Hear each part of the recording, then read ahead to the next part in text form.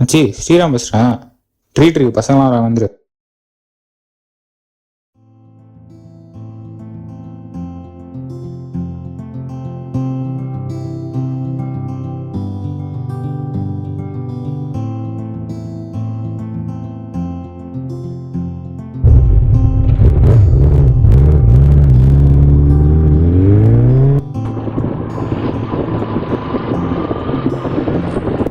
ட்ரீட்டுக்கெல்லாம் வந்துருங்களா? இங்கதான் இருக்கா? ஆமா ஆமா, வா.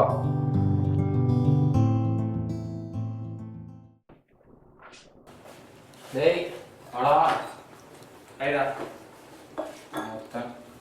இந்தா வாங்கிட்டோம். ஐயோ வா. Yes yes S.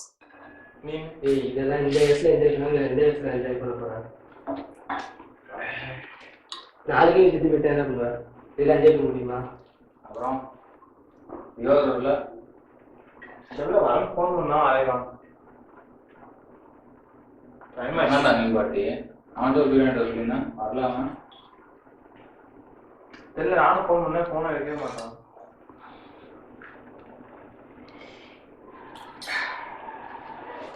அப்படியாண்டா பொறுமையா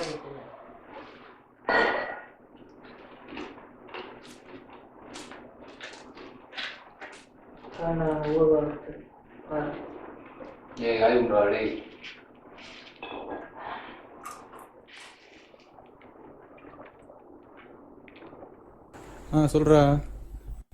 வரேன் 5 minutes.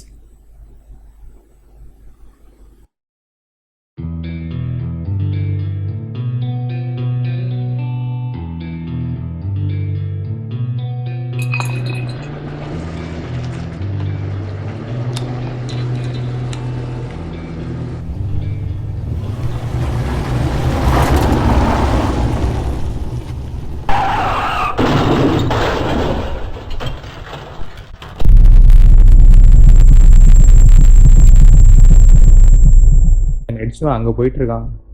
அவன் என்னை பார்த்தானா பார்க்கலையான்னு கூட தெரில. எனக்கு இது நடக்கும்னு நான் எதிர்பார்க்கல. என் தலையை சுற்றி ரத்தமாக இருக்கு. நான் சீக்கிரமாக செத்துடுவேன்னு எனக்கு தெரியும். ஆனால் எனக்கு ரொம்ப பயமாக இருக்கு.